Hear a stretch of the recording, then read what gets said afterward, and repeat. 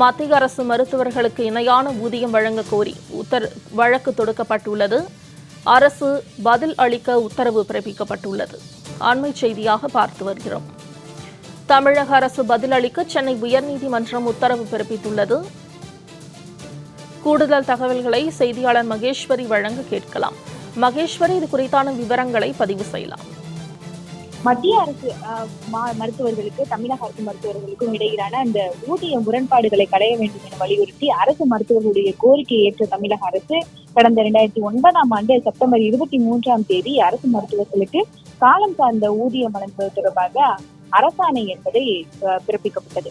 இந்த அரசாணையை அமல்படுத்துவது குறித்து முடிவெடுத்து கடந்த இந்த 2024ஆம் ஆண்டு ஜனவரியில் குழு அமைக்கப்பட்டது.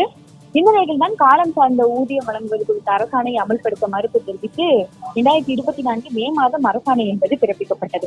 இதனை எதிர்த்துதான் அரசு மருத்துவர்களுக்கான சட்ட போராட்ட குழு தலைவராக டாக்டர் பெருமாள் பிள்ளை உள்ளிட்ட 6 அரசு மருத்துவர்கள் சென்னை உயர்நீதிமன்றத்தில் வழக்குகளை தாக்கல் செய்கிறார்கள்.